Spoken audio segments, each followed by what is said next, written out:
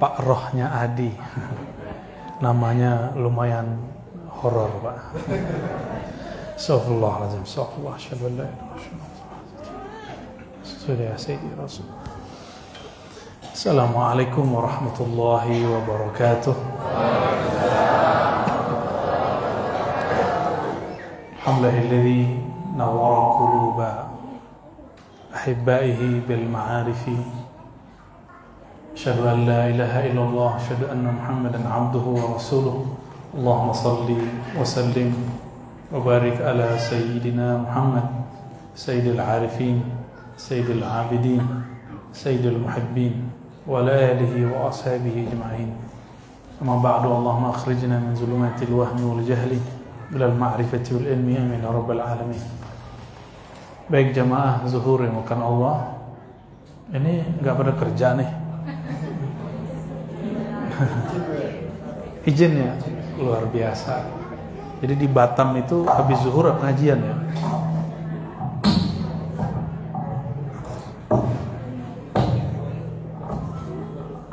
Halo, kok jadi ramai gitu? Ada demo Pak ya di belakang ya? Oh kemarin ya. Saya kira ada demo lagi di kamar merbot ya. Cukup mic-nya? Nggak usah dibesarkan lagi? Nah sudah Pak Operator, cukup ya. Saya akan membacakan hadis. Ini lanjutan kajian dari kemarin. Jadi saya bacakan kitab judulnya Halu Ahli Tahqiq Ma'allah, keadaan orang yang ahli hakikat bersama Allah, ahli kebenaran bersama Allah. Ditulis oleh Sidi Ahmad Rifai.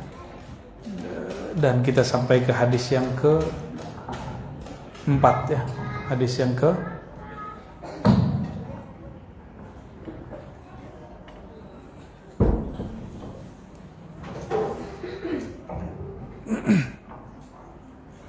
di hadis yang keempat, Nabi Muhammad SAW diriwayatkan berkalam dari Sayyidina Ammar bin Yasir. Sayyidina Ammar bin Yasir ini sahabat Nabi yang Islam waktu kecil dan dipaksa kafir. Lalu beliau menzahirkan kekufuran tapi membatinkan keimanan. Menzahirkan dirinya kafir tapi batin dia tetap beriman. Maka muncullah hukum saat itu dan turun ayat bahwa orang yang ukriha itu yang dipaksa kafir tapi batinnya masih iman, maka diperkenankan dia zahirnya sujud ke berhala tapi batinnya masih kepada Allah ya. Tapi di musim damai seperti negeri kita nggak ada cerita. Bapak Ibu udah dengar belum berita di Perancis? Di Perancis itu ibu-ibu pakai abaya nggak boleh, Bu. Pakai abaya, baju kurung yang panjang itu dilarang. Baru muncul peraturan begitu. Karena orang Perancis punya trauma, ada pakai abaya, ternyata di dalam abayanya ada bom. Terus ada alasan kedua, dianggap abaya itu pakaian muslim. Padahal abaya itu tradisi. Islam tidak pernah mengeluarkan hadis kewajiban perempuan pakai baju abaya. Yang ada, Islam mewajibkan menutup aurat. Hadis ini diriwayatkan oleh Imam At-Tabarani dan Ad-Dailami. Kualitasnya hasan li ghairihi, tidak sampai sahih, tapi ini boleh dipakai, bahkan bagus dipakai. Bahwa Sayyidina Ammar bin Yasir radhiyallahu taala anhuma mengatakan, Nabi SAW bersabda, Dzul wajhain fid dunya, dzu lisanain fid nar, atau fil akhirah. Orang yang di bumi punya dua muka, maka di akhirat nanti lidahnya dua. Kalau mukanya 3 berarti lidahnya nanti berapa? Tahu maksud hadis ini? Orang banyak muka, paham? Ya.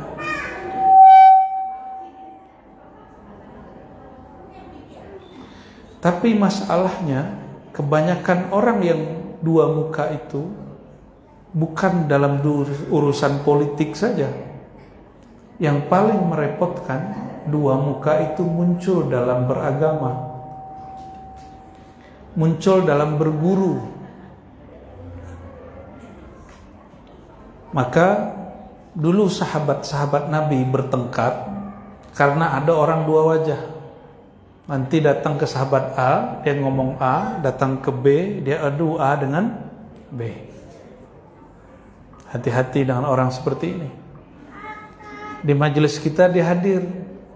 Nanti apa kata-kata ustadz atau kata pengurus, nanti dia bawa ke kelompok sana dan diadu. Akhirnya ustadz di sana, habib di sana, tuan guru di sana tersinggung, terjadilah konflik antar majelis. Sudah pernah terjadi di Batam, baik sesama ahli sunnah, sesama majelis sholawat, apalagi sudah beda, satu ahli sholawat, satu anti majelis sholawat. Itu lebih parah ya. Sungguh aneh orang beragama kok tambah benci kepada saudara sesama agama. Sungguh aneh orang yang berhijrah tapi batin dia masih penuh kebencian kepada orang yang baca la ilaha illallah. Itu aneh. Sungguh aneh orang ngaku ikut Nabi Muhammad yang rendah hati, tapi dia masih meninggikan di hati dan dirinya di samping sahabat-sahabat dia.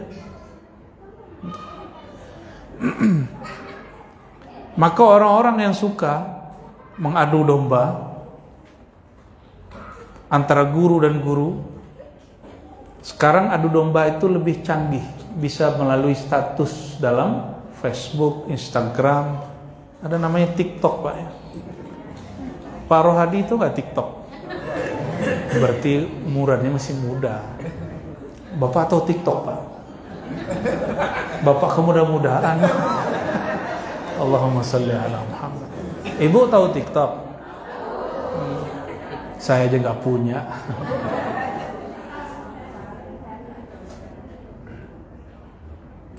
Dzul wajhain fid dunya, orang yang hatinya punya dua cabang, satu ke Allah, satu bukan ke Allah, nanti lidahnya di akhirat dua. Dia adu domba orang, berarti lidah dia dua. Dulu Imam Syafi'i diisukan ikut aliran Rafidhah, Syiah yang membenci sahabat Nabi. Siapa yang mengisukan? Itu orang-orang jamaah sekitar dia diadu dengan imam yang lain. Sehingga ada seorang imam yang alim tapi dapat kabar tidak benar, namanya Yahya bin Ma'in, mengatakan Imam Syafi'i itu enggak baik orangnya. Imam Syafi'i itu dhaif. Ya, ilmunya dhaif, ilmunya lemah. Tapi sekarang Bapak Ibu enggak tahu kan Imam Yahya bin Ma'in? Barusan saya sebut, baru tahu kan? Ya. Yang orang kenang siapa? Imam Syafi'i.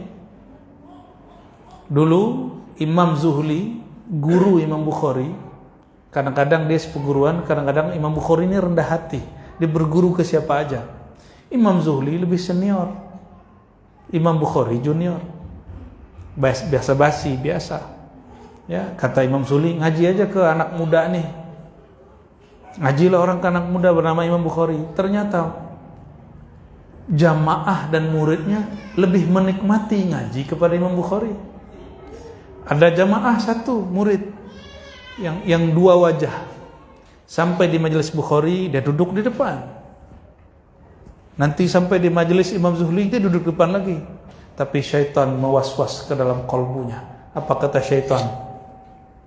Kamu sampaikan ke Zuhli, Bukhari sesat.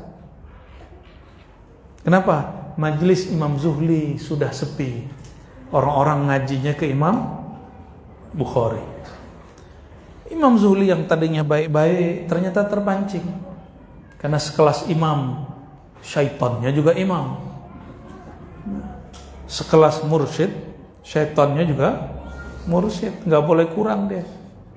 Akhirnya wallahu alam apa yang terjadi. Imam Zuhli kemudian memfatwakan bahwa Imam Bukhari ini sesat. Oleh muridnya dipahami halal darahnya. Akhirnya malam itu Imam Bukhari mau dibunuh. Untung Imam Bukhari diselamatkan oleh Allah melalui tangannya Imam Muslim, maka belum berangkat sebelum pembunuh Al-Gojo datang.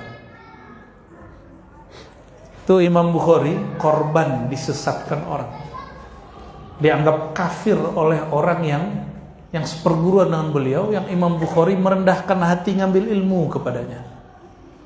Kegeeranlah dia, merasa dirinya guru Imam Bukhari. Ya. Itu terjadi, Pak. Kenapa? Karena ada orang dua wajah. Mau punya dua wajah? Mau ada domba guru? Nah, ini ciri-ciri kalian suka adu domba nih, mohon maaf ya. Habis ngaji, terus ngomong ke Ustadz seberang, kata Ustadz Syahnu ilmunya gak benar, Ustadz. Kata Ustadz Syahnu yang Ustadz amalkan ini gak oke. Ini ciri murid tukang adu domba. Dia gak sadar dia dimanfaatkan syaitan. Dimanfaatkan syaitan. Ciri-ciri syaitan itu bekerja. Kerja syaitan ngapain? Ayyuqi'a bainakumul adawah wal baghdha, menjadikan kamu bermusuhan dan saling emosi dan marah. Nah, coba lihat, jika saya bawa satu kabar lalu orang karena kabar yang saya bawa bermusuhan dan saling marah, berarti kabar saya ini dimanfaatkan oleh syaitan. Walau tubuhnya tubuh ustaz, lisannya lisan buaya, batinnya buaya. Nauzubillah min. Kenapa membuat orang bertengkar? Nauzubillah min. Kita berlindung kepada Allah. Saya berlindung kepada Allah jika ada kajian-kajian saya selama ini membuat orang bertengkar, ya, atau mengajak orang benci-benci. Nabi SAW mengatakan, ad-din yusrun. Agama itu mudah. Mudah itu karena cinta. Kalau nggak cinta semuanya sulit. Maka Imam Sidi Ahmad Rifai mengatakan, nah ini kaitannya kalau berguru. Kenapa ada beberapa majelis gurunya ingin menyelamatkan murid, maka gurunya agak keras, udah kamu ngaji ke saya dulu, nggak usah ngaji ke yang lain. Tapi emang murid yang munafik, apa kata dia? Sama Syekh Fulan, Ustadz Fulan, Habib Fulan, kalau ngaji kepada dia nggak boleh ngaji ke yang lain. Bukan begitu maksudnya. Ada majelis begitu? Ada mursyid begitu? Maksudnya bukan melarang murid ngaji kepada yang lain. Maksudnya muridnya kalau belum dewasa diselamatkan dulu, dimatangkan dulu, sudah matang baru berguru banyak. Ini belum matang, sudah banyak guru, akhirnya bingung mana yang benar, mana yang sahih. Kata Imam Sidi Ahmad Rifai, "Falan tara lil 'arif fi jihatain aslan." Kamu kalau memandang orang ahli ma'rifat mengenal Allah, tiadalah mereka punya banyak wajah di kolbunya, wajahnya cuma satu. Dan itu mereka praktekkan dengan cara apa? Wa min hadzal sir umiru bi adamil jam'i bainal ustazain. Ini yang berat nih. Oleh karena itu dianjurkan seorang murid pemula kalau punya mursyid cukup satu. Ingin mengenal Allah, kalau punya mursyid cukup. Pengajian boleh banyak, tapi mursyid cukup. Paham maksudnya? Pengajian boleh banyak, mursyid cukup. Apa bedanya? Kalau mursyid itu nanti yang akan membimbing sampai ke batin kita, sampai ke dalam rohani kita kepada Allah. Kalau ustadz itu banyak, bisa baca kitab, dibacakan, oh ini faedahnya ini, amalkan ini. Tapi kalau mursyid, dia tidak hanya membentangkan jalan, dia menghantarkan kita sampai ujung jalan. Itu beda mursyid dengan guru ngaji. Jadi silakan banyak guru ngaji, tapi kalau bermursyid cukup. Itu sebabnya jika ada orang ingin talqin, saya bilang kamu sudah punya talqin, sudah cukup pakai itu. Gak usah banyak-banyak guru mursyid. Sudah suluk dulu ya, mursyid saya sudah meninggal. Coba tanya, adakah mursyid kamu punya penerus? Ikuti dia. Jika tidak ada, istikharah dulu, baru cari. Ya, nanti Allah yang pilihkan. Allah yang pilihkan. Maka beliau mengatakan, fa'alal murid. Ini ada dua syekh, dua ustadz nih, dua-duanya bagus.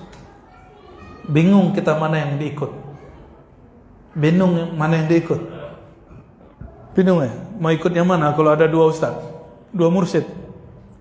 Apalagi mursyidnya 5. Apalagi di Indonesia thariqatnya banyak. Di Batam banyak thariqat. Naqsyabandi, Naqsyabandiyah Khalidiyah, Qadiriyah Naqsyabandiyah, Tijaniyah, Syaziliyah, Samaniyah, apalagi Batamiyah ada enggak? Orang Batam buat tarekah bid'ah. Banyak tarekah itu banyak, ada Junaidiyah. Qadiriyah, bukan Qadariyah, ya. Qadiriyah. Qadiriyah wa Naqsyabandiyah maksudnya. Banyak. Ya. Bapak mau buat tarekah sendiri enggak? Mau buat tarekah sendiri? Nanti pengikutnya semut. Allahumma shalli ala sayyidina Muhammad. Jadi kalau bermursyid cukup 1. Sampai kata guru kamu sudah cukup jalan, cari guru lain, baru cari guru yang lain. Ya. Namun kalau banyak mursyid, mana yang dipilih?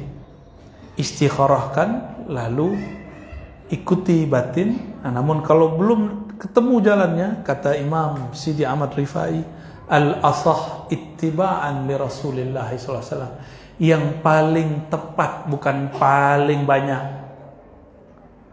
bukan yang paling banyak gaya, tapi al-asah, yang paling tepat ikutnya kepada Rasulullah SAW. Rasulullah itu yang diikuti pakaiannya, model serbannya. Kalau serban Nabi banyak modelnya. Serban itu bukan masalah ikut Nabi atau tidak, itu cinta Nabi. Serban Abu Ya Said Muhammad sudah lain dengan serban Habib Umar. Almarhum Al-Habib Abu Bakar Al-Adi beda lagi serbannya dengan Habib Umar. Ya. Mungkin ada sekali sama, kadang beda. Beda suku, orang Arab sudah beda sorban. Bukan itu yang dimaksud orang yang paling tepat ikut sunnah. Sunnah itu ada 2, ada zahir, ada batin. Zahir itu bernama syariat, batin itu bernama hakikat. Banyak orang ikut sunnah syariat tapi meninggalkan sunnah. Sunnah di situ bukan yang dikerjakan berpahala, ditinggalkan gak apa-apa, bukan. Sunnah itu artinya ajaran peninggalan baginda Rasulullah SAW yang dulu beliau tempuh. Jadi sunnah itu bahasa Arab artinya siratun Nabi SAW, perjalanan batin dan zahirnya Nabi Sallallahu Alaihi Wasallam. Kenapa muncul ulama kita mengatakan as-salatu mi'rajul mu'minin? Salat itu mi'raj orang beriman. Itu bab syariatnya syariat batin. Ajaran sunnah batin yang kemudian disebut ilmu haqaiq, ya. Untuk merasakan, untuk mengetahui mana nih guru yang batin dia lebih tepat ikut Allah, bukan melewati perform zahir, bukan melalui penampilan zahir. Nih tolong diingat, zahir ini terjemahan batin. Tapi ada orang yang batinnya bercahaya, dia tutupi. Nah ini hati-hati sama orang begini. Ada orang yang batinnya isinya ma'rifatullah, tapi dia tutup, dia tidak mau tampakkan. Sama orang begini hati-hati. Orang begini kolbunya lebih pas kepada Allah, cuma kadang orang sekitarnya tidak tahu.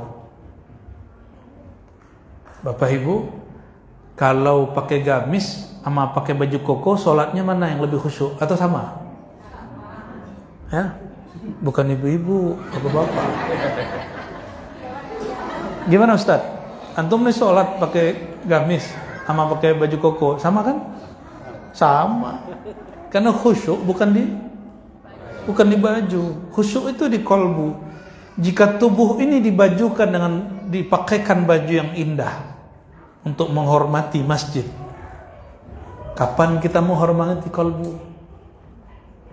Ya. Mau memakaikan baju yang indah untuk kolbu? Mau. Ya.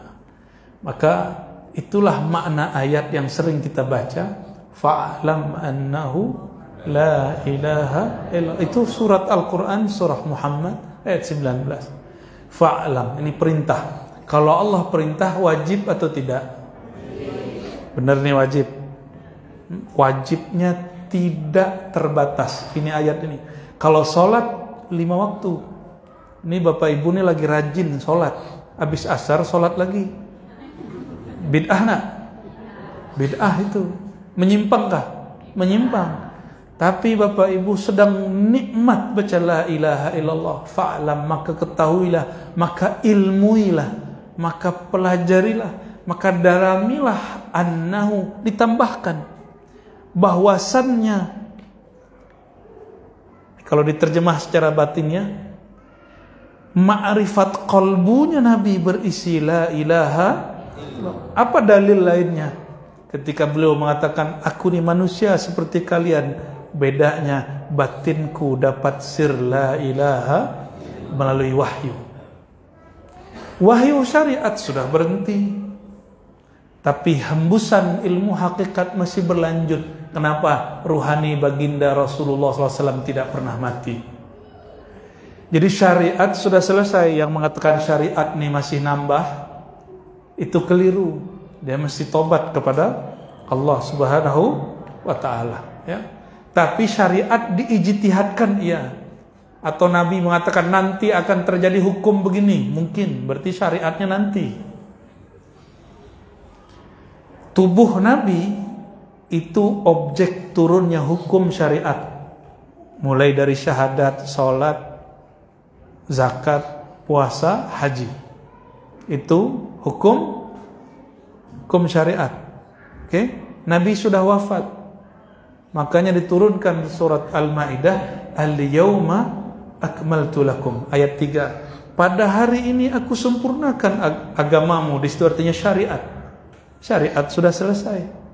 Tapi saya mau tanya, pertanyaan ngecek aja. Kalau tadi Bapak Ibu baca salam kepada Rasulullah, Rasulullah masih bisa jawab nggak? Katanya sudah meninggal. Ya, ada anak-anak muda baru hijrah ngomong begitu kepada saya, "Buya, Nabi sudah mati." Hah? Berani dia ngomong begitu? Nabi sudah mati. Itu orang nggak sopan mengatakan Nabi sudah mati. Siapa yang mengatakan begitu? Sayyidina Umar. Sayyidina Umar itu ketika ada orang mengatakan Nabi mati, dia mau sembelih, Pak. Ya, untung Sayyidina Umar nggak hidup hari ini. Kalau nggak itu Bapak dicari, itu target dia itu. Daftar orang dicari oleh Sayyidina Umar, ya. Quran menyebut mati, tapi kan Quran Allah yang berkalam ke Nabi Muhammad. Di Quran jangankan Nabi Muhammad SAW wafat, Nabi Muhammad SAW masih hidup. Allah sebut innaka maitun, hei Muhammad, engkau itu mati. Maksudnya akan mati. Tapi bagi ahli hakikat mengatakan matikan dirimu hai Muhammad sebelum mati. Itu maknanya. Jadi sopankah mengatakan Nabi SAW? Ini dari kita nih. Kalau dari Allah boleh. Ya. Afa imma ta'u qutila inqalabtum ala aqabikum. Apakah jika mati atau gugur fisabilillah lalu kamu berpulang berbalik? Ya. Apakah begitu? Gitu, ya. Bapak Ibu, saudara yang bukan Allah. Jadi ilmu syariat berhenti, benar. Tapi ilmu rohani jalan terus. Makanya kitab-kitab mengenai ma'rifatullah yang ditulis semakin mendekati akhir zaman, semakin luas kitabnya, semakin banyak uraiannya. Dulu ma'rifat itu artinya knowledge, pengetahuan. Dahulu imam-imam kita, Imam Syu'bah cari satu hadis 3 bulan. Ternyata hadis palsu. Bapak Ibu cari hadis cukup buka aplikasi. Coba cari di Play Store kitab Sahih Bukhari, ketemu, di download tidak sampai 3 menit sudah terkumpul di kitab di dalam handphone kita. Benar nggak? Berarti mencari hadis yang dulu dicari oleh Imam Bukhari seumur hidupnya, kita cukup cari dalam 3. Kalau handphonenya agak soak dikit 7 menit, Pak. Kalau handphonenya zaman-zaman bahla, nunggu sehari semalam juga belum. Apa maksudnya? Jika Imam Bukhari mau berkeinginan, Pak, maka dia minta hidup zaman sekarang. Karena dia merasakan cari satu hadis susah. Jika Imam Syu'bah ingin berharap nih ya Allah, ya, maka beliau minta hidup lagi di akhir zaman. Karena mencari ilmu di akhir zaman sangatlah mudah. Sekarang kita sangatlah mudah. Enaknya Bapak ini, sayang datang ke sini untuk bacain satu hadis. Kalau ngikutin adab Bukhari, Bapak harus naik cari tiket ke Jakarta ya. Ya. Itu pun sampai Jakarta belum tentu ketemu saya. Imam Bukhari nyampe di satu daerah, dulu nggak ada handphone, coba bayangkan, nggak ada handphone, nggak ada alamat, nggak ada GPS, gimana carinya? Maka kalau ada kitab hadis di rumah, jangan taruh di bawah, taruh tinggi. Ya, kenapa rumah itu sering tidak diberkahi Allah? Quran taruh di bawah. Kalau naruh Quran jangan di bawah, Quran itu paling tinggi. Ya, paling tinggi taruh Quran. Kecuali Qurannya dicampur sama tafsir, baru boleh ditaruh di bagian mana. Nah, kalau kita kan melihat estetika, buku yang kecil di atas, gitu ya. Ibu-ibu ini so indah ya, so rapi. Kalau itu terjadi, miringkan, dipasang miring supaya Quran, mushaf Quran tidak ditaruh di itu mushaf Al-Quran ya. Mengenal Allah, ilmu ini tidak habis sampai akhir zaman. Kalau ilmu ini habis, maka tidak adalah wali-wali Allah. Tidak perlu ada ulama-ulama wali-wali Allah. Makanya kalimatnya para ulama pewaris Nabi, bukan para ulama pewaris Rasul. Kenapa? Nabi itu yang dapat bimbingan di dalam rohaninya. Itu disebut Nabi. Nabi itu sosok yang rohaninya dapat bisikan dari Allah. Kalau kita kolbunya dapat bisikan dari YouTube. Bener ya? Sama TikTok tadi. Karena kita ini sudah punya orientasi bergantung kepada smartphone, akhirnya kecerdasan kolbunya kurang dilatih. Dulu awal beli smartphone, handphone yang canggih itu, ini nggak katrok, nggak tahu katrok, salah gitu. Awal-awal, bener. Jangan-jangan sekarang masih begitu. Mau nelpon istri, yang ditelepon istri orang lain. Ya Pak ya. Allahumma sholli ala sayyidina Muhammad. Itu lucu Pak. Saya waktu dulu tugas berdakwah dan peneliti di Prancis dulu, saya mau ngirim miss you kepada istri. Dulu WA masih aktif, sekarang udah gak aktif. Kekirimnya ke cowok. Ya soal kok miss you-nya ke cowok. Akhirnya saya minta maaf bang ya. Masa cowok suka cowok? Allahumma sholli ala sayyidina. Imam Yahya bin Mu'az Ar-Razi mengatakan, ilmu ma'rifat ini tersimpan di rohani, di kolbu para ulama. Tidak semua ulama. Ilmu ini disimpan mereka balut sedalam-dalamnya. Walaupun disimpan, kalau barang harum terciumkah oleh orang yang mengerti mana barang bagus? Maka kata Imam Yahya, yashummuha ahluha, itu ilmu ma'rifat di kolbu para kekasih Allah akan tercium oleh kekasih-kekasih Allah. Walaupun dia pakai baju kaos, walaupun dia nggak pakai kopiah, walaupun dia nggak pakai sarung, ya. Jadi mulai zaman ini Bapak Ibu, nanti Bapak Ibu akan saksikan banyak orang alim kolbunya, tapi dia tidak mau berpakaian seperti saya. Dia nggak mau pakai baju-baju seperti ini. Bagi dia lebih baik aku sembunyikan rahasia Allah ini. Nanti akan banyak, ya. Sekarang ini sudah mulai muncul. Tapi tetap saja, ya, Orang yang tidak faham akan menyebut dia gila, akan menyebut dia tidak sunnah. Ini ustadz kurang sunnah, jarang pakai kopiah. Ini ustadz tidak sunnah karena sering pakai baju kaos. Apa urusannya baju kaos dengan sunnah, ya? Imam Junaid punya kitab judulnya Risalatut Tauhid. Apa kata beliau? Yang pertama yang wajib diketahui seorang hamba dalam menyembah Allah, bahwa penyembahan tertinggi, ibadah tertinggi, terutama, paling utama adalah mengenal Allah. Jadi ibadah utama apa? Kenal dulu. Ini di mana-mana kita sampaikan, ya. Mungkin sebelumnya sudah pernah dengar, tapi ini langsung kita sampaikan. Maukah Bapak Ibu, tuan-tuan ini, ibu-ibu ini menyembah, menghormati sesuatu yang tidak dikenal? Nah, ini ibu-ibu nih, maukah menikah dengan orang yang kita tidak kenal? Nanti kalau menikah kan pasti melayani dia, menghormati dia. Sama nih Bapak ini, maukah menikah dengan seseorang yang kita nggak kenal? Nggak mau. Maukah hormat kepada seseorang, sosok yang kita nggak kenal? Mau nggak? Ya. Maukah bekerja di tempat yang kita tidak tahu kita dapat apa? Mau nggak?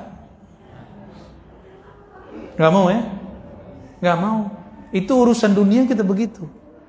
Kenapa orang kemudian tidak pernah naik kemakrifatan dia kepada Allah, pengenalan dia kepada Allah nggak pernah meningkat? Karena ada rasa takut. Coba lihat, kawan kita nggak pernah mau naik pangkat, ya, naik gaji. Kenapa? Takut nanti ujiannya tinggi, Ustaz. Nanti kalau saya pindah kerja, akhirnya ya, dia di situ aja. Kalau pindah kerja takut nanti tergoda. Tergoda itu kan masalah lain. Tergoda masalah korupsi itu urusan lain. Itu urusan batiniah dia. Ada orang ngeluh sampai sekarang 30 tahun berdagang, tapi berdagangnya kecil-kecilan. Saya ini sudah usaha Buya, tapi nggak jadi apa-apa. Ya kita tanya, usaha kamu apa? Usaha dia ABCD, cukup di pinggir rumahnya, ya nggak jadi apa-apa. Nggak pernah mau buka online, nggak pernah mau yang besar-besar. Saya ketemu seorang pengusaha, apa kata dia? Kalau ada orang mengatakan kebersihan setengah daripada iman atau agama, kalau orang ini lain. Ad-duyun minaddin katanya. Tahu nggak arti ad-duyun minaddin? Ya, berutang itu bagian dari agama, Bu, ya. Malah ada yang lebih parah lagi. Ad-duyun nisful iman. Berutang separuh iman. Saya tanya, maksud kamu apa? Kami ini kalau nggak berutang, maka tidak berani untuk berusaha. Nah, hanya orang-orang yang berani inilah yang kemudian berhasil. Sama, belajar agama juga begitu, Bapak Ibu. Kalau dari dulu ilmu fikih, akhirnya sampai tua itu kayak, mohon maaf, Bapak ini ketakutan kalau beragama.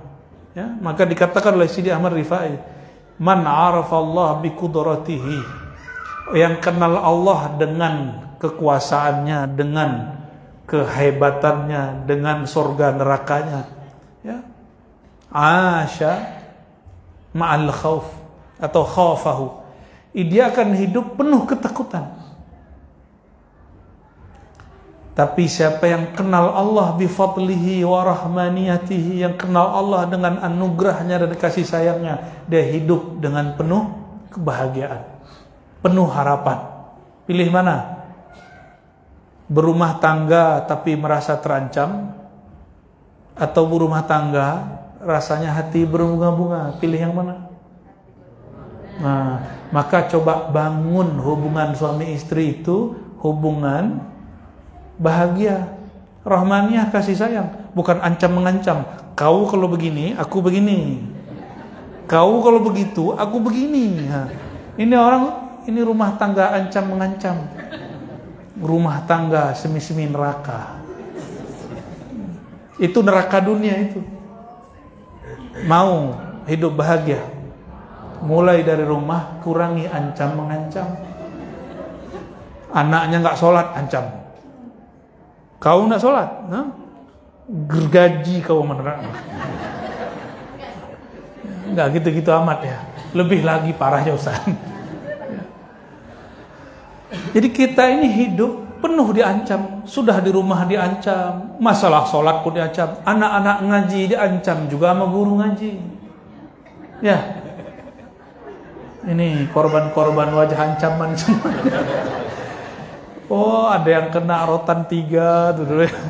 Ada yang kena betisnya ya. Ada yang kena gemplang nih sama gurunya. Masya Allah. Kita ini beragama, dididiknya selalu diancam. Akhirnya terbawa sampai sekarang. Kalau jadi ustadz tukang ancam jamaah. Kalau jadi politisi ngancam orang kalau lain paham, lain pilihan sama dia. Kalau dia baru hijrah, maka dia ancam kawan dia belum hijrah, maka kawannya tambah takut berhijrah. Ini saya kalau berhijrah nanti saya diancam-ancam juga nih. Ya. Mau begitu? Maka orang yang hidupnya besarnya dengan kasih sayang guru, diberi kasih sayang oleh guru, nanti dididik muridnya penuh kelembutan. Jadi kenapa kemudian mimbar-mimbar masjid itu kasihan, mimbar itu sering dipukul-pukul sama ustadz itu. Udah pernah lihat belum mimbar dipukul sama ustadz? Itu saya kalau ngeliat mimbar saya usap-usap Pak. Kasihan mimbar. Kenapa kita ngomong begitu? Dulu sandaran Rasulullah SAW, Nabi punya sandaran kayu. Ketika Nabi dibuatkan mimbar dulu beda dengan podium. Mimbar itu tempatnya agak tinggi, yang terbuka di depannya. Kalau podium terbuka ke belakangnya. Duduklah Rasulullah di situ, ditinggallah kayu yang tadinya sandaran. Itu kayu yang kata orang sudah barang mati, nangis. Menangisnya seperti anak kecil ditinggal oleh ibunya. Coba bapak ibu nih lagi asik-asik sedang memadu kasih dengan pasangan, tahu-tahu di kamar sebelah ya anak umur berapa bulan nangis, dan menangisnya sedih nggak? Begitu nggak? Iya, kalau anaknya sedih tuh begitu, ditinggal oleh emaknya. Kira-kira seperti itulah bunyi daripada kayu itu. Percaya nggak Pak? Ini hadis loh Pak ya. Bapak sadar nggak ini benda ini semuanya bergerak nih? Ini benda bergerak semua Pak. Gerak dia ditemukan oleh pakar-pakar ilmu eksak, mereka sebut gerakan elektromagnetik.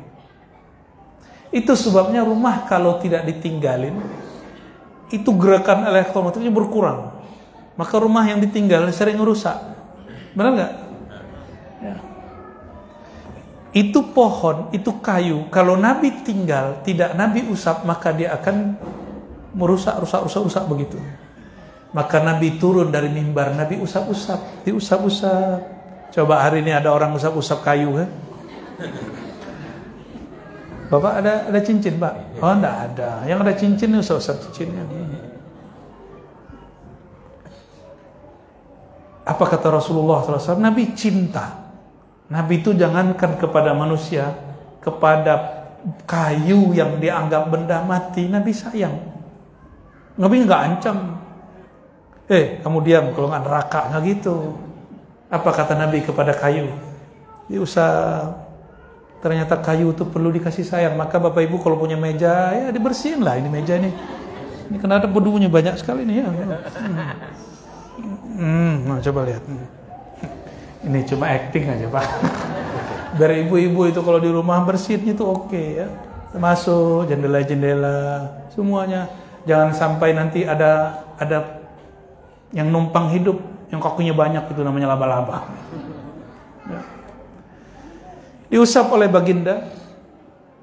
Itu yang seperti anak kecil ketika digendong oleh ibunya diusap-usap. Benar gak Bu? Kalau punya anak kecil diusap-usap gak? Yang tadinya dia nangis lama-lama suaranya hilang. suaranya hilang. Tapi sebenarnya Nabi sedang berkalam kepadanya. Apa kata Nabi? Wahai kayu, engkau pilih bersamaku di sini menjadi sandaranku atau masuk surga. Sayangnya kayu tidak punya akal. Kayu memilih masuk surga.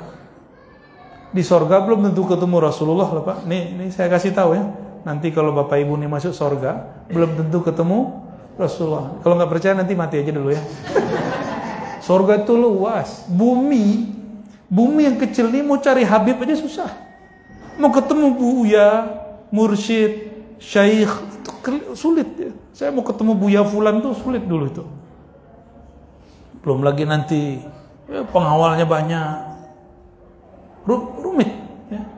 Gimana mau ketemu Rasulullah SAW? Ini yang kemarin Habib Umar datang ke Jakarta, ada yang tahu? Banyak yang mau ketemu, nggak ketemu. Kenapa? Itu baru zuriat Nabi SAW. Kira-kira gimana kalau Nabi Muhammad SAW datang ke Indonesia?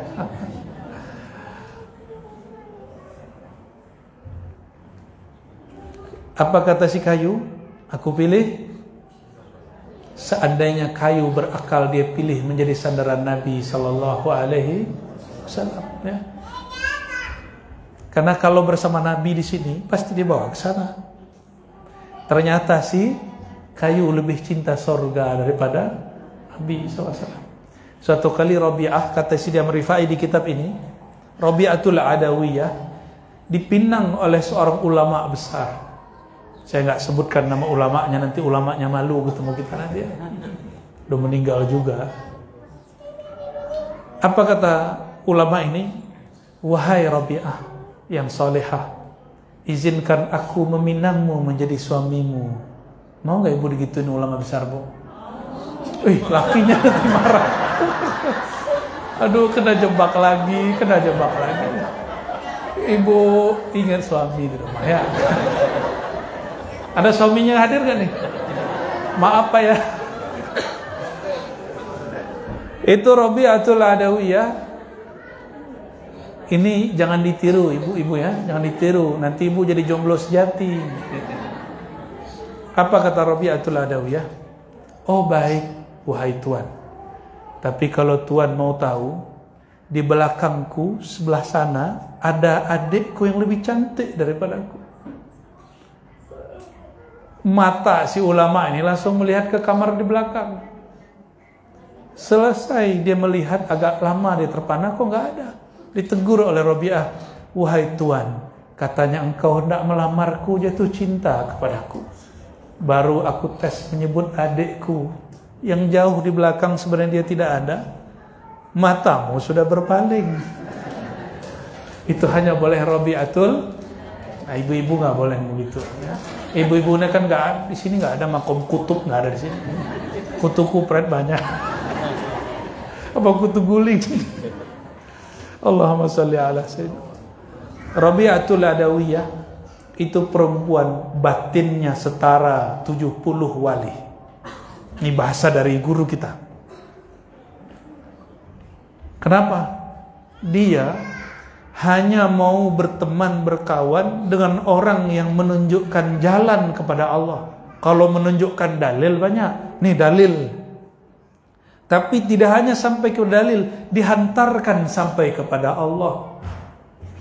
Maka sampai wafat Sayyidah Rabi'atul Adawiyah, dia kemudian tidak mau menikah lagi. Nah, maka jangan ditiru ibu. Ya. Nanti ibu jadi jomblo sejati. Nanti minta cerai, pulang-pulang minta cerai ke bapak. Papa, tahukah papa jalan kepada Allah?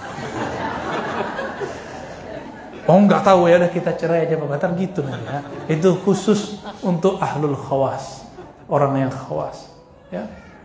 Itulah sebabnya ketika banyak sahabat meminang Sayyidah Fatimah, hatta Abu Bakar mau minang Fatimah, Umar mau minang Fatimah. Bukan masalah umur, kalau ahli fikih kan mengatakan umur, enggak. Sayyidah Fatimah itu perempuan yang paling kritis, karena makrifat dia tajam. Sayyidina Abu Bakar ini nggak suka berdebat. Sayyidina Abu Bakar ini orang yang suka bekerja, suka tasdik dan taslim.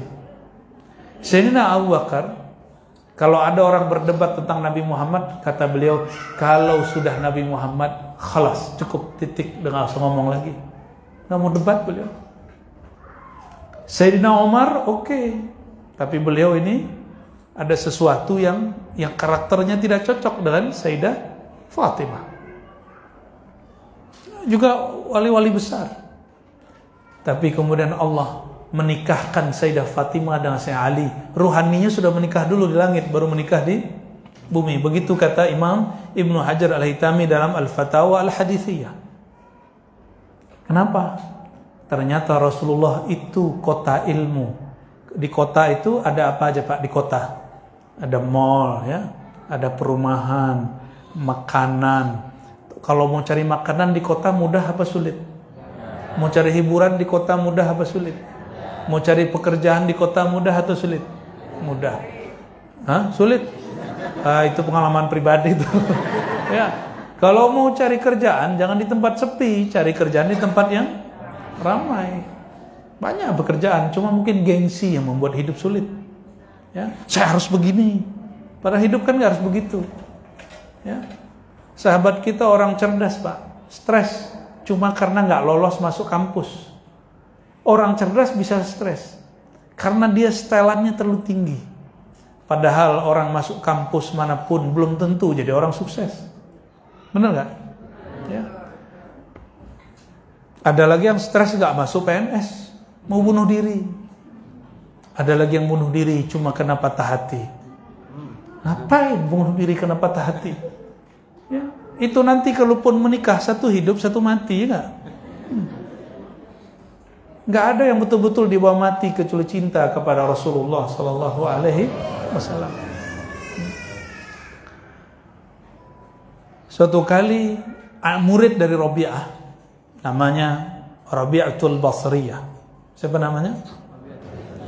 Rabi'atul Basriyah ini biasalah ibu-ibu selalu galau masalah rezeki suaminya. Benar Bu ya?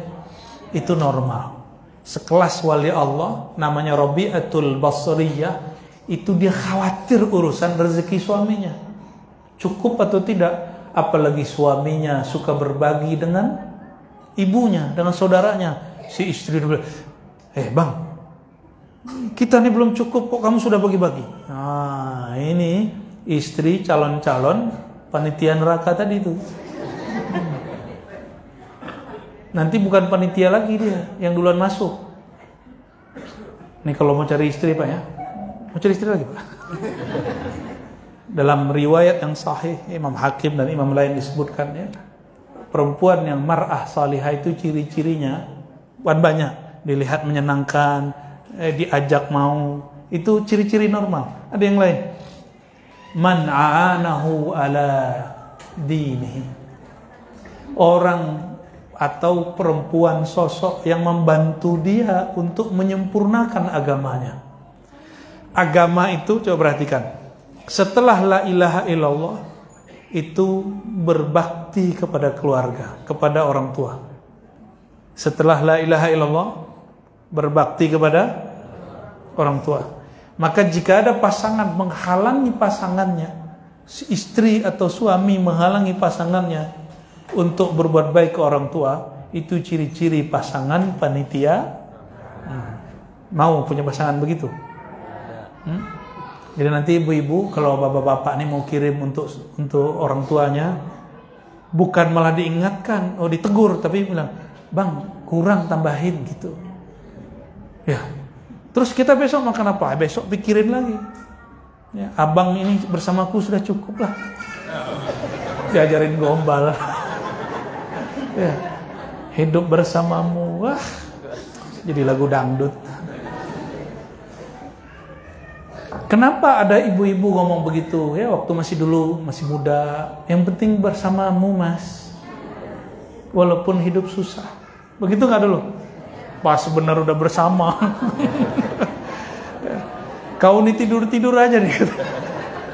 Allahumma sholli ala Muhammad. Kenapa ada muncul ungkapan itu? Itu ungkapan cinta. Terlepas dari nanti pas nikahnya lain cerita. Kenapa muncul seorang pasangan ngomong ke pasangannya, yang penting bersamamu, aku siap hidup susah. Yang paling boleh dicinta di alam semesta siapa? Rasulullah Sallallahu Alaihi Wasallam. Apa kata baginda Rasulullah Sallallahu Alaihi Wasallam? La yu'minu ahadukum. Ini perhatikan, ini hadis Sahih Bukhari. La yu'minu ahadukum. Kalian tidak dihitung benar-benar beriman. Masih main-main imannya kalau belum sampai ke makom ini. Hatta akuna ahabba ilaih. Sampai aku orang yang paling dia cinta, melebihi siapa aja? Dirinya, pasangannya, anaknya, dan semua manusia. Gimana? Sudah nyampe di makom itu belum? Berarti imannya masih iman-imanan, eman-emanan. Wajar kalau kekuatan umat Islam ini belum sanggup untuk jihad fisabilillah. Maka jangan buru-buruan jihad, nanti jadi orang jahat. Ngebom tempat-tempat suci, ya, menyakiti orang-orang yang beda faham. Itu kan karena belum, dia mau berjihad tapi tidak pada tempat yang tepat, tidak pada waktu yang sudah tepat. Akhirnya yang ada bukan jihad tapi emosi yang menjadi jahat. Itu yang terjadi pada kawan-kawan kita sekarang, yang mereka kemudian distigmakan menjadi teroris. Ya, kita nggak boleh benci mereka juga, tapi kita katakan, wahai saudaraku yang ingin berjihad, jihadmu jangan jadi jahat. Nabi SAW kalimatnya sederhana, ya, man qala la ilaha illallah dakhalal jannah. Yang baca la ilaha pasti masuk surga. Ini orang yang baca la ilaha cuma kena beda paham kok sudah disakiti. Untungnya negeri ini Allah masih jaga. Alhamdulillah, ya. Jadi kalau belum betul-betul cinta, maka cinta di sini ini kasih sayang. Imanmu belum sempurna sampai kamu belum betul-betul cinta, kasih sayang kepadaku. Berarti puncak iman ada di kasih sayang, bukan dibentak-bentak orang. Puncak iman bukan ketika mengatakan kau ini tidak baca kalimat ini, gak sholat ini masuk neraka, bukan. Puncak iman bukan berkali-kali haji dan umrah. Puncak iman bukan khatam Quran berkali-kali, bukan punya tarekat 1000. Puncak iman ada cinta kepada Rasulullah Sallallahu Alaihi. Kalau sudah cinta kepada Rasulullah, kita kalau jatuh cinta sering ingat gak? Kalau cinta dengan pasangan pasti tanya-tanya kabar dia, pasti ingat terus sama dia. Bener nih sayang nih, Ustadz udah punya istri kan? Ingat sama istri? Pasti ingat. Keluar dari rumah pasti ingat istri, benar nggak? Sayang mana? Pasti sayang. Kemana-mana pergi pasti ingat anak. Oleh karenanya, apa kata Nabi? Tahadu, tahabu. Ini hadis sahih. Saling berbagi hadiahlah kamu akan saling mencinta. Jadi kenapa di masjid, di majelis kurang kasih sayang? Mungkin kurang berbagi hadiah. Gak sanggup beri hadiah materi, beri hadiah fisik berupa senyum. Perlu modal gak senyum? Coba 1, 2, 3 senyum. Ya ada juga yang belum senyum nih ya. Halo bang. Halo bang. Senyum bang, senyum. Abang ini serius sekali ya. Alhamdulillah masih bisa senyum ya. Alhamdulillah. Nah itu semua yang senyum tadi itu bersedekah sama saya. Ya, saya senyumin lah. Biar banyak dapat sedekah ya. Senyum itu awal dari cinta. Bukan nyeringis Pak, bukan apa namanya? Apa? Kalau kita ketus sama orang tuh senyum tapi sinis gitu. Bukan itu. Tapi orang kalau sudah nggak cinta, kita senyum dianggap menghina. Tuh, dia tuh lagi ejek aku tuh. Tuh lihat bibirnya miring tuh. Lah memang dari sananya bibirnya miring. Jangan begitulah ya, makawan ya. Mungkin giginya sudah gugur 2 atau 3, atau mungkin tulangnya sudah bergeser. Dimaklumilah. Allahumma sholli ala Rasulillah. Bapak Ibu yang bukan Allah, bagian terakhir yang mau saya sampaikan itulah hadis tadi. Tidak sempurna, tidak benarlah kalian imannya sampai kalian mencinta. Siapa yang paling dicinta? Zat yang paling banyak membagikan cintanya. Oleh karena itu, al-iman hubbun. Kamalul iman, kamalul hubbi. Iman itu cinta. Maka orang yang sempurna iman, orang yang di dalam kolbunya penuh dengan cinta. Semoga Bapak Ibu ditakdirkan berguru kepada guru-guru, kiai-kiai, tuan guru, mursyid-mursyid yang banyak rasa cintanya, yang melumpah ruah rasa kasih sayangnya. Karena Allah yang maha mulia, maha sempurna, setiap membuka ayat selalu bismillahirrahmanirrahim, selalu dengan kasih sayangnya. Sungguh beruntung siapapun yang punya guru, gurunya melimpah-limpah rahmaniyah dan rahimiyahnya. Ila ruhin Nabi sallallahu alaihi wasallam. Al-Fatihah. Ya kenapa? Na'udzubillahi minasyaitonir rajim. Bismillahirrahmanirrahim. Allahumma ya Allah, salli ala abdika Abdillah Sayyidina Muhammad ibn Abdillah wa ala alihi wa man wala. Ya Allah, kami hamba Engkau ya Allah. Kami kenal Engkau berkat baginda Rasulullah SAW. Kami kenal baginda Rasulullah karena pewaris-pewaris Rasulullah. Maka ya Allah, salli wa sallim wa barik ala Sayyidina Muhammad. Sampaikanlah, limpah ruahkanlah salam, selamat, keberkahan kepada Nabi Muhammad SAW, wa ala alihi wa ashabihi, dan limpahkan juga ya Allah kepada keluarganya, kepada sahabat-sahabatnya, kepada zuriat-zuriatnya, kepada pewaris-pewarisnya, kepada guru-guru kami yang memegang mewarisi ilmu beliau. Allahumma ya Allah, ya man huwa alimun bi dhatis sudur, wahai yang mengetahui kurangnya cinta dalam kalbu kami, maka ya Allah, wahai yang maha menciptakan cinta, ciptakanlah rasa cinta di dalam kalbu kami. Limpah ruahkanlah cinta melalui lisan dan wajah dan tangan kami, melalui harta yang Engkau titipkan kepada kami. Maka ya Allah, mulai siang ini ya Allah, jadikan kami menjadi hamba Engkau yang menebarkan cinta-Mu, yang menebarkan kasih sayang-Mu, sehingga kami menjadi hamba yang kenal kepada Engkau, kenal dengan cinta kepada Engkau. Allahumma ya Allah, irhamna wa walidina wa masyaikhana. Ya Allah, rahmati kedua orang tua kami, limpahkan cinta Engkau kepada kedua orang tua kami, kepada guru-guru kami, kepada saudara-saudara kami, kepada tetangga-tetangga kami, kepada jamaah saudara kami yang seiman dimanapun mereka berada. Apakah mereka sefaham dengan kami atau tidak sefaham dengan kami? Apakah dia semajlis atau beda majlis dengan kami, seperguruan atau beda guru dengan kami? Maka ya Allah, jadikan kami hamba Engkau yang menyebarkan kasih sayang kepada mereka. Allahumma ya Allah, kesempurnaan hanya milik Engkau, bukan milik mursyid kami, bukan milik guru kami. Tapi ya Allah, bimbinglah kami mendapatkan membersamai guru-guru mulia, guru-guru yang di kalbunya ada kasih sayang Engkau. Allahumma asturna bijamali sitrika. Ya Allah, aib kami mulai dari ujung rambut sampai ujung kaki. Namun kami berharap kepada rahmat Engkau ya Allah. Hapus dan tutuplah semua aib kami. Hapus dan tutuplah semua dosa kami. Hapus dan tutuplah semua kesalahan kami. Ya Allah, jadikan keluarga kami keluarga yang sakinah, mawaddah, warahmah, yang di dalamnya penuh cinta.